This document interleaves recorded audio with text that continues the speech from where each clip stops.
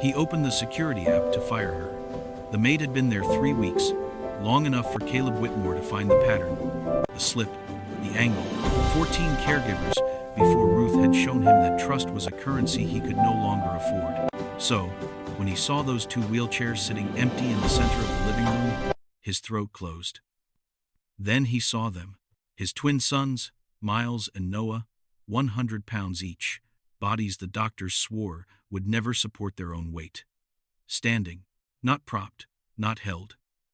Standing, taking trembling steps toward Ruth's outstretched arms, her face streaming with tears, her lips moving in what looked like prayer. Caleb's phone hit the marble floor. His knees buckled, and the man who had replaced faith with surveillance systems watched the impossible happen on a screen in his own home. 2 years earlier, Caleb Whitmore still believed in miracles.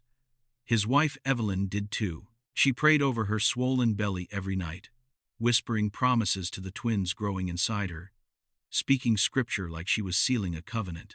"These boys are covered," she'd say, hands cradling her stomach. "God's got them." Caleb would smile, kiss her forehead, and believe it too. Then came the delivery. The twins survived. Evelyn didn't. 47 minutes after bringing Miles and Noah into the world. Her heart stopped. No warning, no goodbye. Just a monitor's flat line and a surgeon's quiet apology. Caleb sat in that hospital room, holding her hand until a nurse gently pulled him away. Then he walked down a sterile hallway to meet his sons. 2 tiny, fragile bodies in incubators. 2 futures that had already cost him everything. The neurologist didn't wait long to deliver the second blow. Severe paralysis. Both boys. Spinal cord damage during delivery, combined with oxygen deprivation. The doctor's voice was clinical, rehearsed, the tone of a man who delivered this speech before. "Mr. Whitmore, given the MRI results and muscle response tests, we need to be realistic. Walking is extremely unlikely. In cases this severe, possibly never." Caleb heard the words, but they felt distant, like they were meant for someone else. He was still burying Evelyn in his mind, still trying to understand how he'd walked into that hospital with a family and walked out with only grief and impossibility. Months crawled by. The boys didn't improve, didn't hit milestones, didn't respond to the aggressive therapy regimens. Caleb hired the finest specialists money could buy. Flew in experts from Switzerland and London. Installed a private medical suite in his Connecticut estate that cost more than most people earn in a lifetime. Nothing changed. Miles and Noah sat in custom wheelchairs. Small bodies, motionless. Eyes that seemed to stare past him into some unreachable distance. And Caleb, alone in a house built for a family that would never be, started to accept what the doctors had said. His sons would never stand. Never run through these hallways. Never climb these stairs. He buried that hope in the same grave where Evelyn lay. Then came the caregivers. 14 in 18 months. The first lasted 9 days before she quit. Said the boy's condition was too heartbreaking to watch. The second spent more time taking selfies in his home than caring for his children. Caleb fired her on the spot. The third seemed perfect, warm, and attentive, until he discovered she'd been selling details about the twins' medical conditions to a gossip blog for $800. After that, something fundamental broke inside him. One caregiver he caught on camera roughly handling Noah during a diaper change. Another he found stealing pain medication from the medical supply closet. A different one brought her boyfriend into the house when she thought no one was home. Each one arrived with credentials and smiles and left with another piece of his ability to trust. Caleb stopped seeing people. He saw threats. He installed cameras in every room except the bathrooms, 16 angles in the living room alone. He watched the footage at night, sitting in his office with the blue glow of monitors washing over his face, rewinding and zooming, searching for the betrayal he knew was coming. Control became his religion. Surveillance became his prayer. If God wouldn't watch over his house, Caleb would.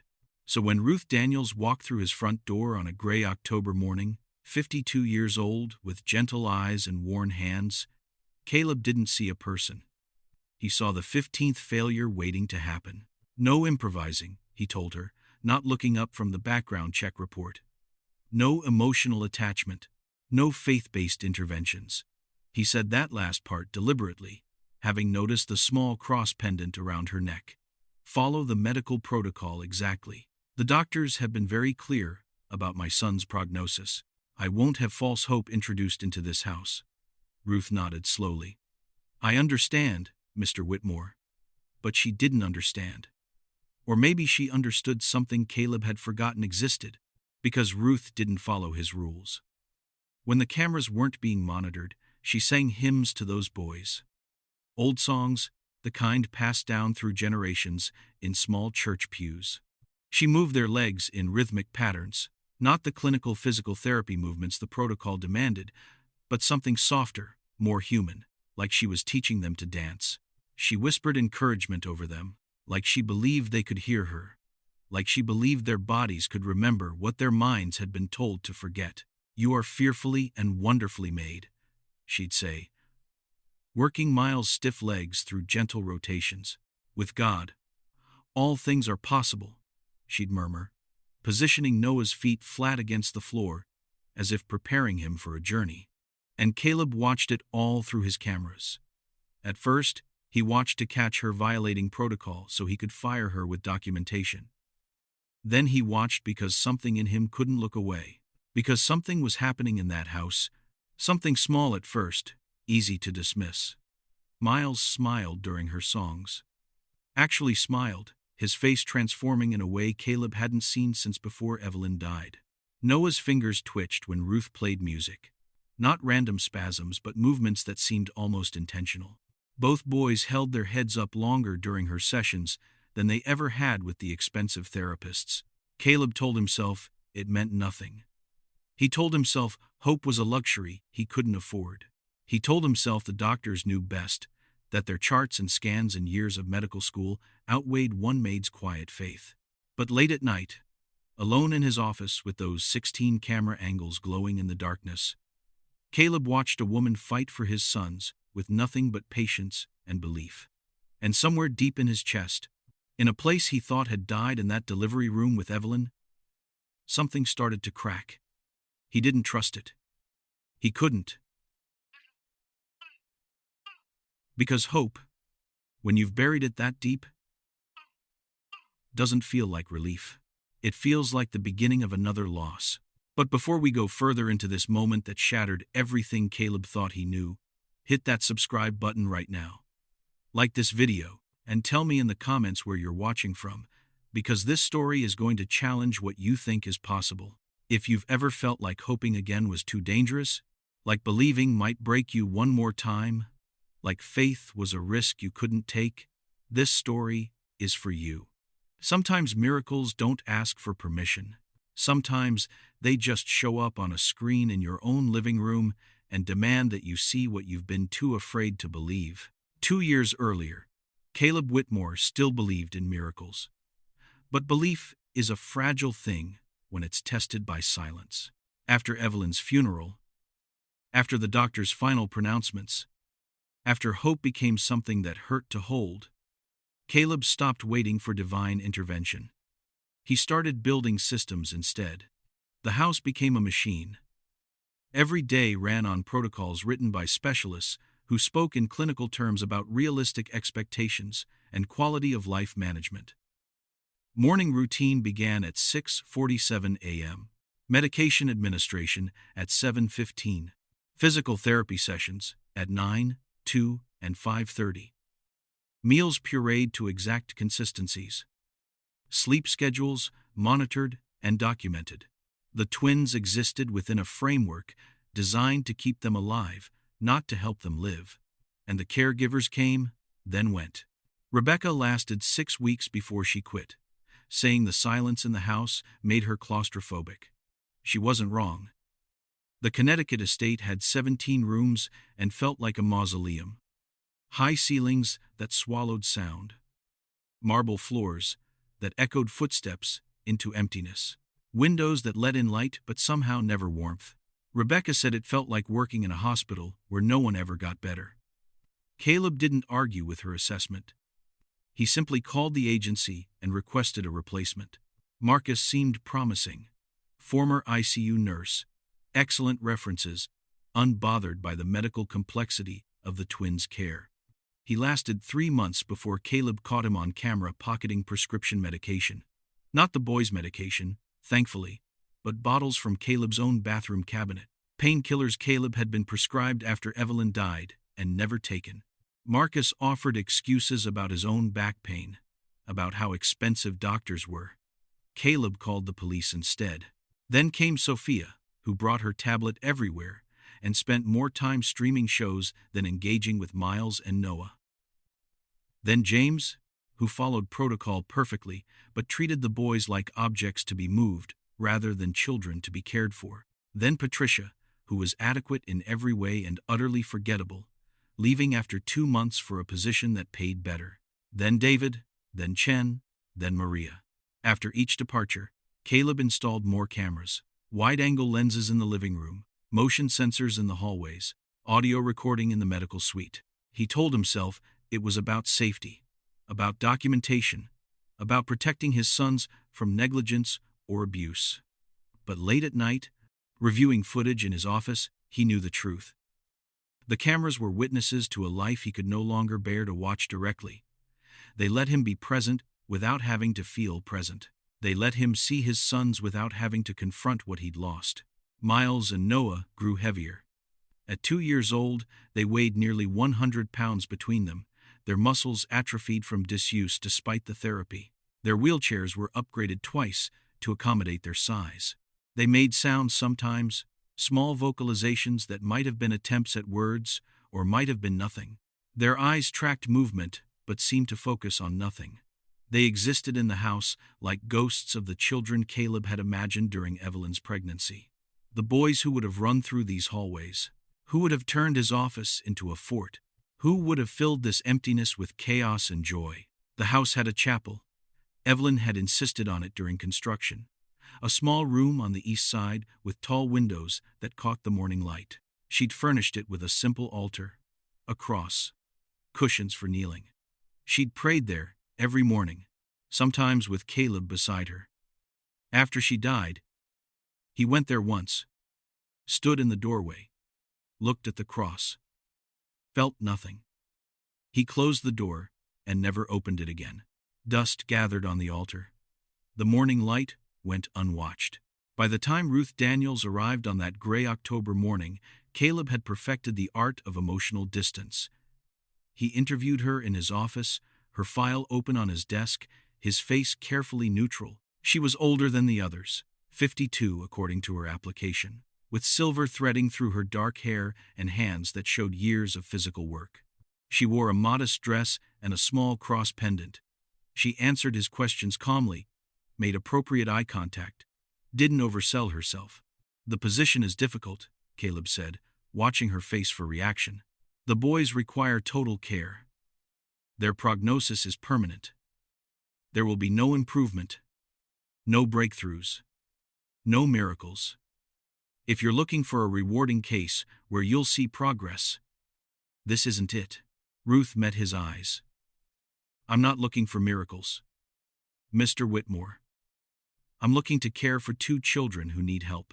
Something in her tone made Caleb's jaw tighten. "No improvising," he said. "No experiments. No faith-based interventions." He gestured to her cross. "I respect whatever beliefs you hold, but they stay personal. The boys have a medical protocol written by experts. Follow it exactly. I understand. No singing. No storytelling. No treating them like they can understand complex interaction. The neurologists have been clear about their cognitive limitations." Ruth's expression didn't change. "I understand, Mr. Whitmore. There are cameras throughout the house. I review footage regularly. This isn't about distrust. It's about documentation and safety." Of course, she started the next day. Caleb watched from his office as she entered the living room where Miles and Noah sat in their wheelchairs, positioned by the window per the morning protocol. Ruth approached slowly, crouched down to their eye level, and introduced herself. Hello, Miles. Hello, Noah. My name is Ruth. I'm going to be spending time with you. Her voice was soft, warm. She reached out and gently touched each boy's hand. Caleb switched camera angles, zooming in on her face. She was praying, her lips moved silently, her eyes closed for just a moment. Lord, help me see them the way you do. His finger hovered over his phone, ready to call her back to his office, ready to remind her of the boundaries he'd set. But something stopped him. Maybe curiosity. Maybe exhaustion. Maybe the same thing that had made him hire her despite the cross pendant and the gentle warmth that reminded him painfully of Evelyn. That first week, Ruth followed protocol. Morning routine at 6:47. Medication at 7:15. Physical therapy by the book. But in the spaces between tasks, Caleb saw differences on the cameras.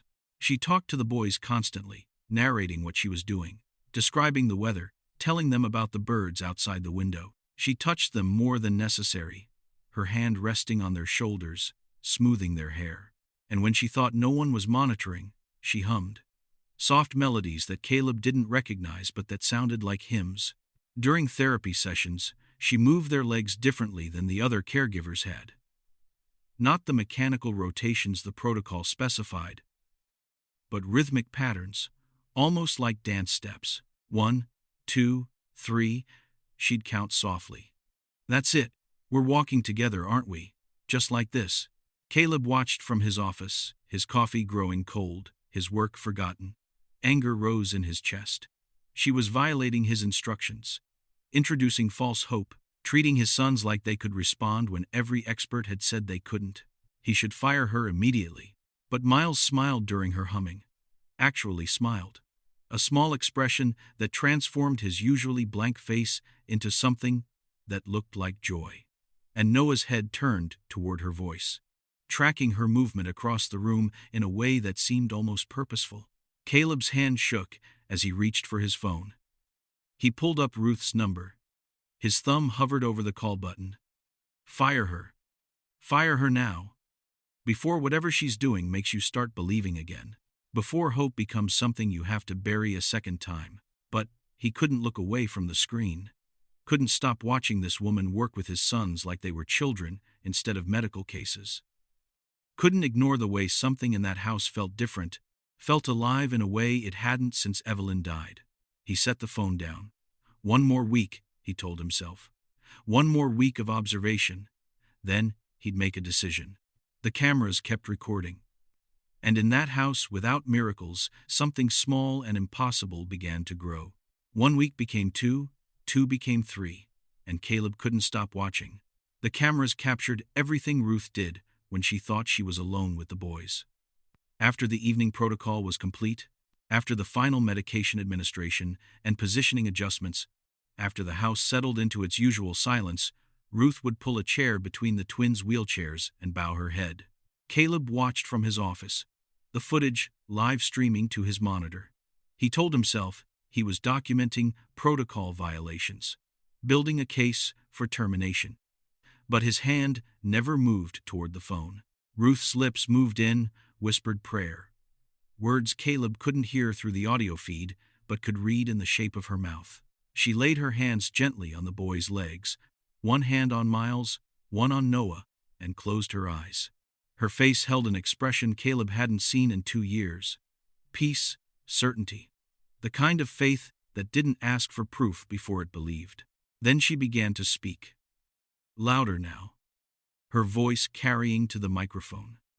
You are fearfully and wonderfully made, she said, her hands moving in slow circles over their atrophied muscles.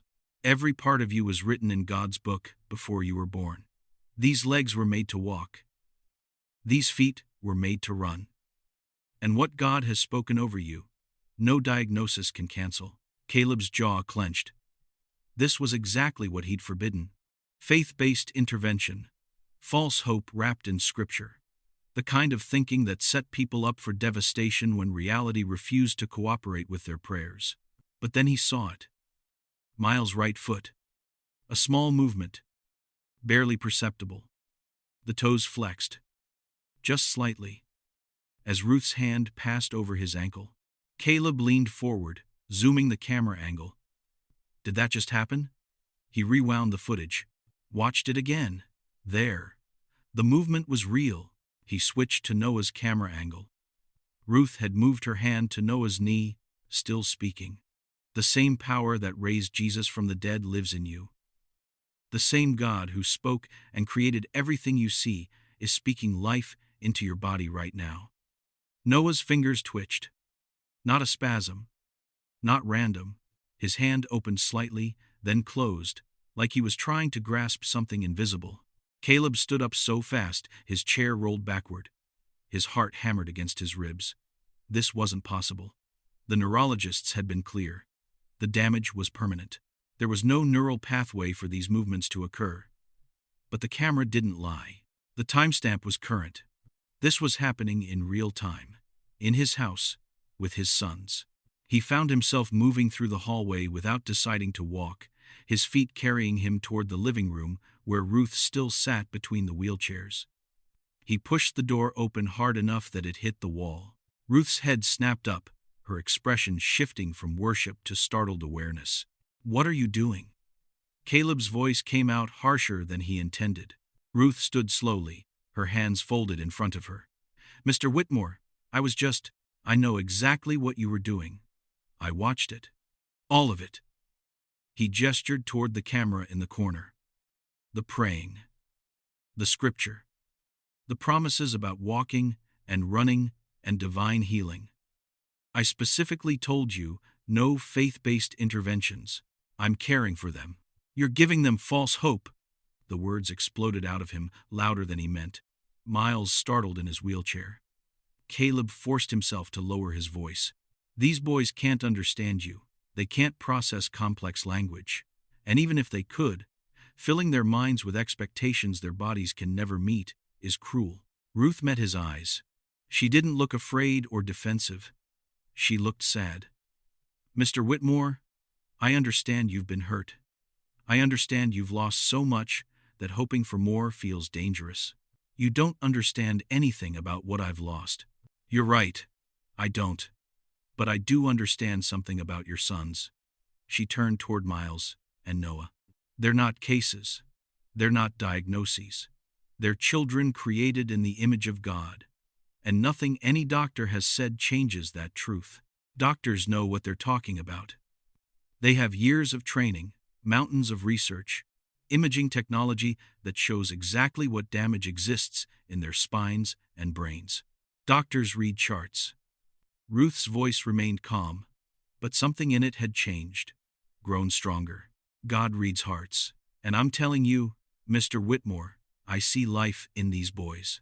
Not because I'm naive, or because I'm ignoring medical reality, but because I'm paying attention to something beyond what any scan can measure." Caleb's hands clenched into fists. "If you can't follow the protocol I've established, you're fired. Pack your things and—" Their feet moved. Ruth spoke quietly, but the words stopped him cold. "During prayer, I felt it." Miles' toes flexed. Noah's fingers responded. Small movements. Yes, but movements that weren't there 3 weeks ago. "That's impossible. Is it?" Ruth tilted her head slightly. "Or is it just something you've decided can't happen because hoping it might is too painful?" Caleb turned and walked out. He didn't fire her. He couldn't explain why, even to himself. But he also couldn't stay in that room with her, faith pressing against his certainty like water against a dam. 3 days later, Dr. Patricia Chen arrived for the twins' monthly evaluation. She was Caleb's favorite among the rotating specialists, no nonsense and thorough, someone who dealt in measurable data rather than speculation. She worked through her assessment with practiced efficiency, checking reflexes, testing muscle tone, documenting everything in her tablet. Then she paused. Her hand rested on Miles' calf, her fingers pressing gently into the muscle. She repeated the motion, her eyebrows drawing together. "Mr. Whitmore, when was the last time Dr. Reynolds examined Miles?" 6 weeks ago. "Why?" "Doctor." Chen moved to Noah, performing the same test. "I'm seeing improved muscle tone. In both boys, significantly improved. Caleb's chest tightened. What does that mean? It means the muscles are less atrophied than they were. There's more responsiveness to stimulation. She looked up at him. Has anything changed in their therapy protocol? No. Same routine, same exercises. Dr. Chen made notes in her tablet, then performed a series of neural response tests. She ran a small tool along the bottom of Miles' foot. His toes curled. She touched Noah's palm. His fingers closed slightly. She sat back, her expression puzzled. This is unusual. I'm seeing neural responses that weren't present in previous examinations. Not dramatic changes, but measurable ones. Who's been working with them? A new caregiver, Ruth Daniels. I'd like to observe her methods, and I'm recommending we update the protocol to incorporate whatever she's doing differently. Dr. Chen met his eyes. Mr. Whitmore, I don't want to create false expectations, but what I'm documenting today suggests neuroplasticity that we didn't think was possible given the severity of their initial injuries. Something is working. After Dr. Chen left, Caleb sat in his office with the door closed and searched medical journals until midnight. Neuroplasticity, neural pathway regeneration, studies on faith and healing outcomes, research on the connection between emotional engagement and physical recovery. The science was there, buried in academic language and cautious conclusions. The brain could rewire. The body could respond to inputs beyond standard physical therapy. Hope itself might trigger biochemical changes that facilitated healing. He thought about the 2 years he'd kept the boys isolated from emotional connection, the caregivers he'd instructed to maintain professional distance, the way he'd treated his sons like medical cases rather than children who needed to be loved, the chapel door he'd closed and never reopened. Caleb's head dropped into his hands. What have I done? The words came out broken, barely audible. He'd been so afraid of hope that he'd denied his sons the very thing that might help them. He'd been so determined to protect himself from more loss that he'd guaranteed they would never gain anything. That night, he pulled up the live camera feed from the living room. Ruth was there again. Between the wheelchairs, her hands on the boys. She was praying. Her voice soft, but clear. Lord, I thank you for Miles and Noah. I thank you that you see what no scan can measure.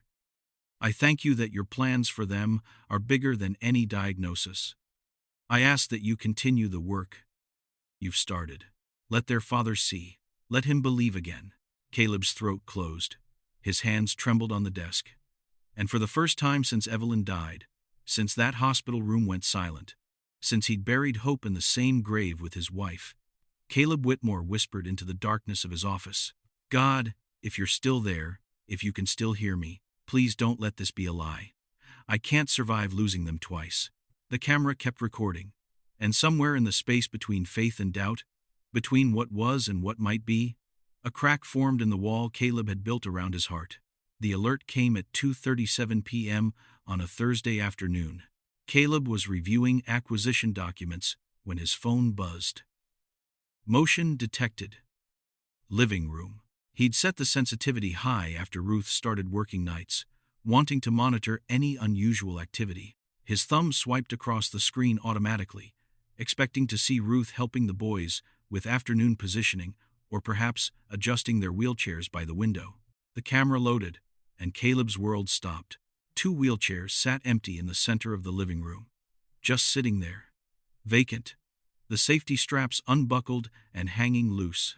For a moment, his brain couldn't process what he was seeing. Where were Miles and Noah? Panic shot through his chest. Had Ruth taken them somewhere? Had something happened? His fingers fumbled across the screen, switching camera angles frantically, searching every corner of the frame. Then he found them. Miles was standing. Actually standing.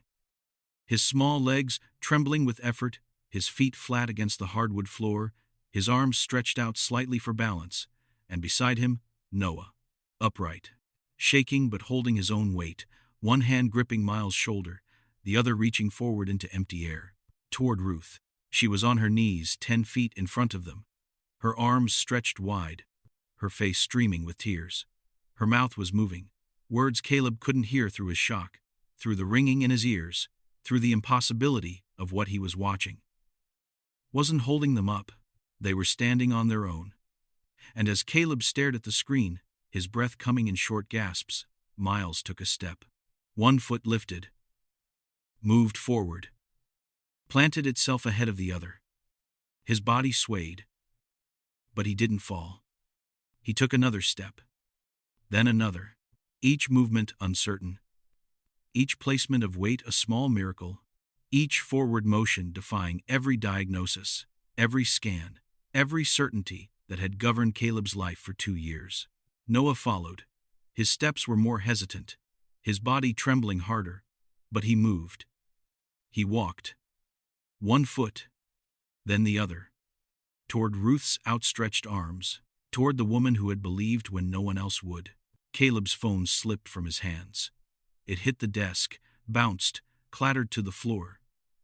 He didn't notice. His legs gave out, and he fell to his knees in his office, his back sliding down the wall, his hands coming up to cover his face. A sound came out of him that he didn't recognize. Not a word. Not even a sob. Just a broken, animal noise of something inside him shattering completely. They were walking. His sons were walking. The boys doctors had sworn would never stand were crossing his living room on their own 2 feet. And he'd almost missed it. He'd almost fired Ruth. He'd almost let his fear and his need for control steal this moment, this miracle, this impossible gift he didn't deserve and couldn't explain. Caleb ran. He left his phone on the office floor, left the documents scattered across his desk, left everything and sprinted through the hallway. His shoulder hit the doorframe of the living room as he burst through. He saw them all at once. Ruth still on her knees, her arms still open. Miles taking his final steps into her embrace. Noah right behind him, his face showing concentration and something else. Joy. Pure, undiluted joy. Miles, Noah. Caleb's voice broke on their names. Ruth looked up, tears tracking down her cheeks. The boys turned their heads toward their father's voice, and Caleb fell. He dropped to his knees on the hardwood floor, his arms reaching out, his whole body shaking. Miles and Noah changed direction.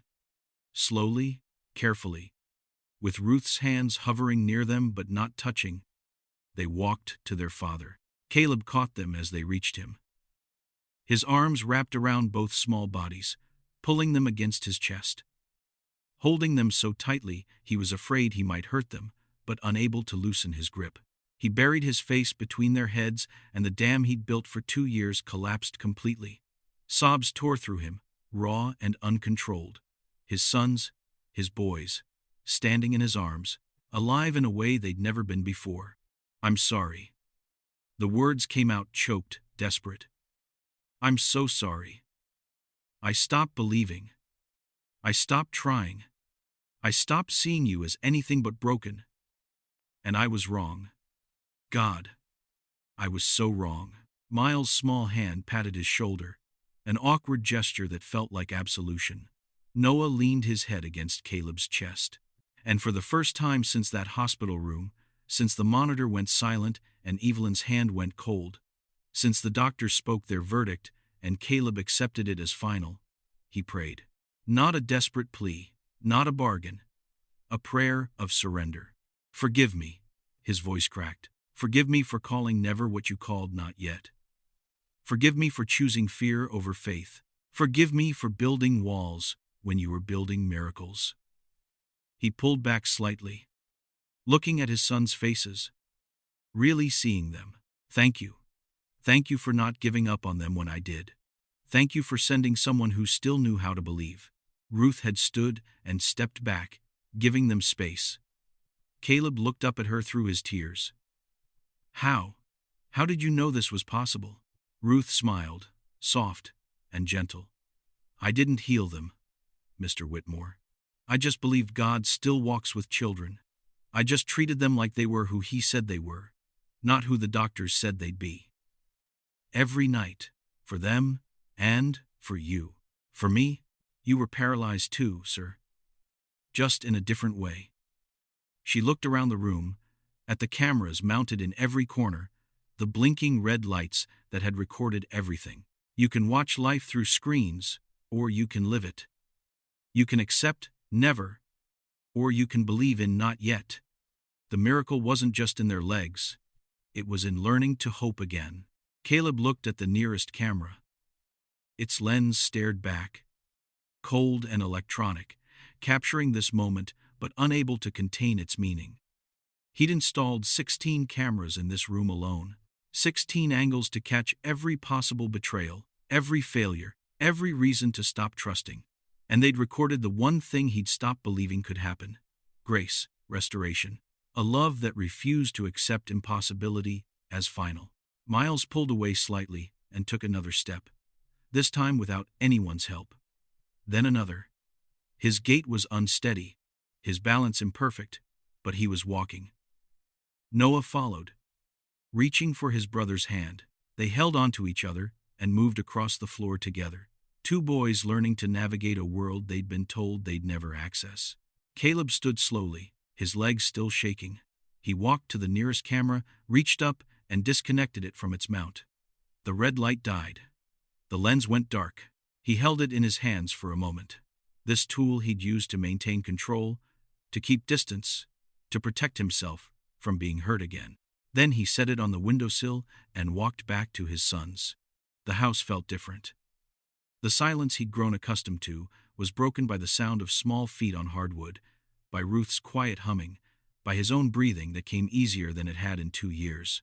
Light seemed to fill the rooms differently, warmer somehow, like the sun had found angles it couldn't reach before. That night, after Ruth had gone home, after the boys had exhausted themselves and fallen asleep in their beds instead of their wheelchairs, Caleb stood in the doorway of the chapel, the door he'd closed 2 years ago. The room where Evelyn had prayed every morning.